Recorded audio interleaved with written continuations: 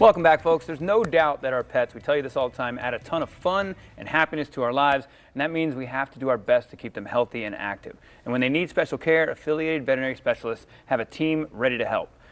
Dr. Sharon Tenenbaum is an anesthesiology specialist with AVS. She's joining us today, and good to see you. Thanks for being here. Thank you for having me. Matt and I were playing with these very important instruments that you use for your job, and we'll get into explaining what they do, because I think we were using them incorrectly.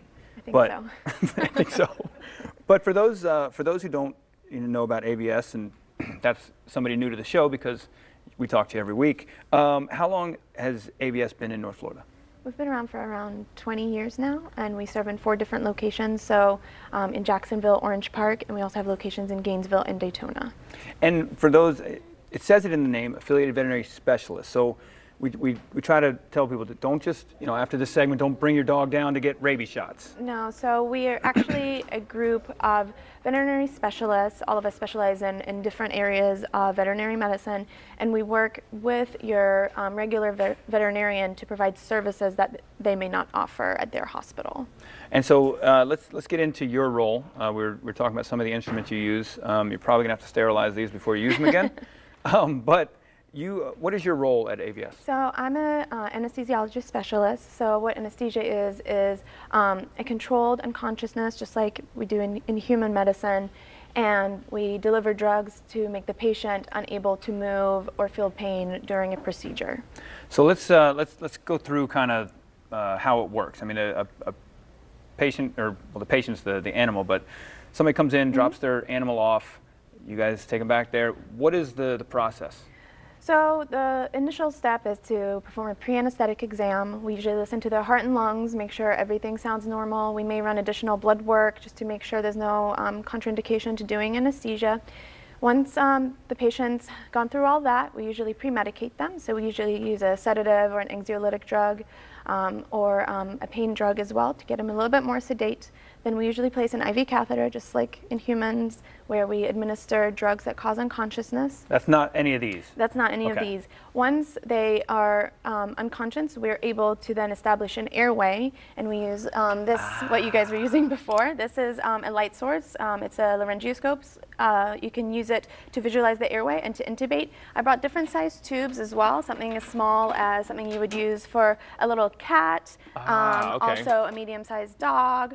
And then this is probably more like a Mastiff or a Great Dane. And this is what we place in the airway so we can control their level of anesthesia, deliver gas anesthetics to keep them unconscious, and be able to monitor their respiration and ventilation. That gets down into the trachea? Yeah, the airway.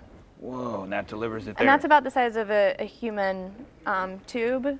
But you can see that a dog the big dogs require a little bit of a bigger tube. Yeah, there's no chance. There's no chance of getting it. That's the one thing I always kind of amazed at is anesthesia is a hard enough practice in medicine to learn, but to do it with animals, like humans, you can administer that pre-surgery one, and you kind of see there, you hear them talking, they tell you to count to 10, and by the time you get to 3, you're out. Yeah. But animals. It's exactly the same. How do you know? And it's almost identical drugs that we use as well to induce unconsciousness and to maintain anesthesia. But how do you know based on, I mean, it's not just weight, right? It is based on their weight and their medical history. So the drugs that are chosen, every patient that comes to AVS will get a specific protocol made for them based on their size and their medical history. And then during surgery, just like a human, you're monitoring? Yeah, so after they're induced, they get hooked up to a specialized monitor. We monitor things like ECG, so electrical activity of the heart. We also measure their saturation, which is this little piece of equipment that you were using earlier. So it tells you the oxygenation that's being delivered to the tissues, the thing you put on your ear earlier. Yeah. We also measure their ventilation and respiration, their temperature, because a lot of them tend to get cold under anesthesia. And that's a continuous monitoring throughout the whole procedure, so your pet is never not looked at. I tell you what, I learned a long time ago that inside a surgery room, and I think this might be the same for pets or for animals as well, the anesthesiologist is like the most important person in the room. They call the shots. Yes. If they want to end the surgery, they can end the surgery if they want. Yeah, absolutely. If something is not going well, we heavily communicate with the surgeons to make sure that they know that we do not recommend to continue with the procedure. That's amazing. So, you're the boss. I mean, I guess you can say that. You're holding that. It's just such an amazing science, and I'm sure there's tons more school than I would possibly be able to handle to do it. But I'm glad people like you are there.